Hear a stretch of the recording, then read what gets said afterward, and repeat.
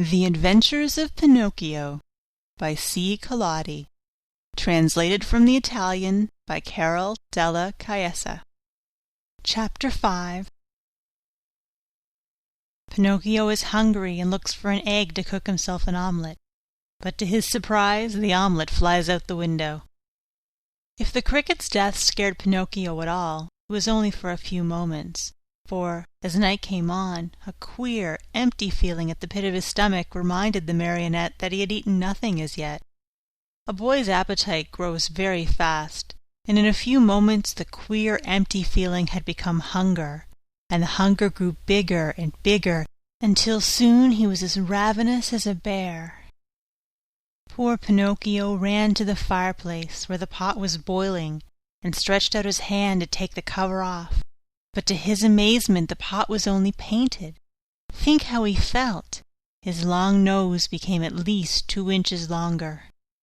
He ran about the room, dug in all the boxes and drawers, and even looked under the bed in search of a piece of bread, hard though it might be, or a cookie, or perhaps a bit of fish.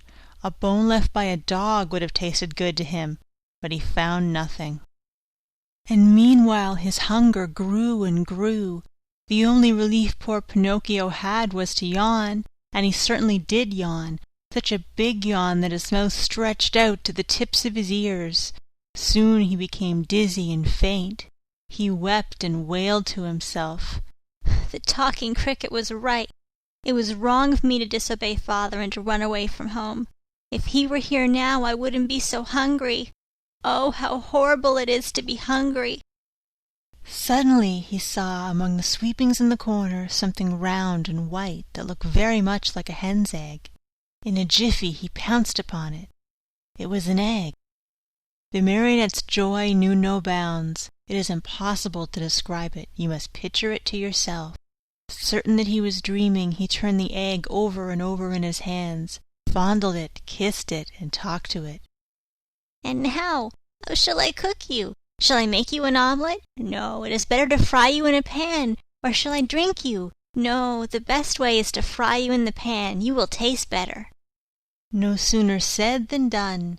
He placed a little pan over a foot warmer full of hot coals. In the pan, instead of oil or butter, he poured a little water. As soon as the water started to boil, tack! He broke the eggshell. But in place of the white and the yolk of the egg, a little yellow chick, fluffy and gay and smiling, escaped from it. Bowing politely to Pinocchio, he said to him, Many, many thanks indeed, Mr. Pinocchio, for having saved me the trouble of breaking my shell. Goodbye and good luck to you, and remember me to the family. With these words he spread out his wings, and, darting to the open window, he flew away into space till he was out of sight. The poor marionette stood as if turned to stone, with wide eyes, open mouth, and the empty halves of the egg-shell in his hands. When he came to himself, he began to cry and shriek at the top of his lungs, stamping his feet on the ground and wailing all the while. The talking cricket was right. If I had not run away from home and if father was here now, I should not be dying of hunger. Oh, how horrible it is to be hungry! And as his stomach kept grumbling more than ever, and he had nothing to quiet it with, he thought of going out for a walk to the nearby village, in the hope of finding some charitable person who might give him a bit of bread. End of Chapter 5. Recorded by Marlo Diane, January 23rd, 2006. Pisgah West, Prince Edward Island. The Adventures of Pinocchio by C. Collodi. Translated from the Italian by Carol della Chiesa. Chapter 6.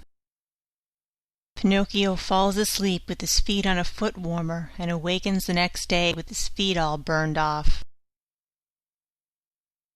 Pinocchio hated the dark street, but he was so hungry that, in spite of it, he ran out of the house. The night was pitch black. It thundered, and bright flashes of lightning now and again shot across the sky, turning it into a sea of fire. An angry wind blew cold and raised dense clouds of dust, while the trees shook and moaned in a weird way.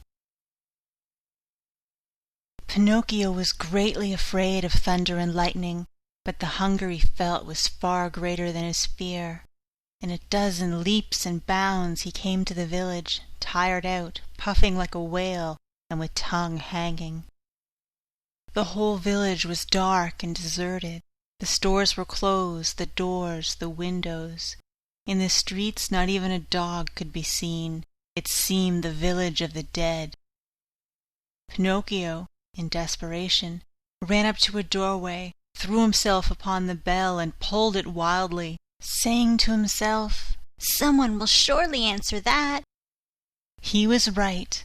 An old man in a nightcap opened the window and looked out. He called down angrily, "What do you want at this hour of night?" "Will you be good enough to give me a bit of bread? I am hungry." "Wait a minute, and I'll come right back," answered the old fellow, thinking he had to deal with one of those boys who love to roam around at night ringing people's bells while they are peacefully asleep. After a minute or two, the same voice cried, "Get under the window and hold out your hat."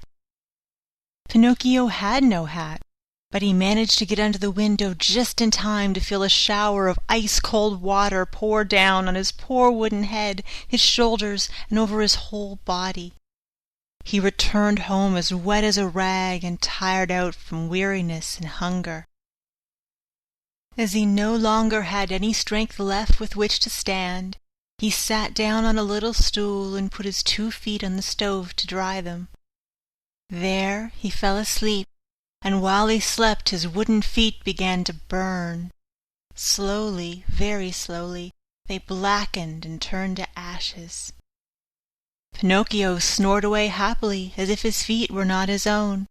At dawn he opened his eyes just as a loud knocking sounded at the door. "Who is it?" he called, yawning and rubbing his eyes. "It is I," answered a voice. It was the voice of Geppetto. End of Chapter 6. Recorded by Marlo Diane, January 26, 2006. Pisgah West, Prince Edward Island.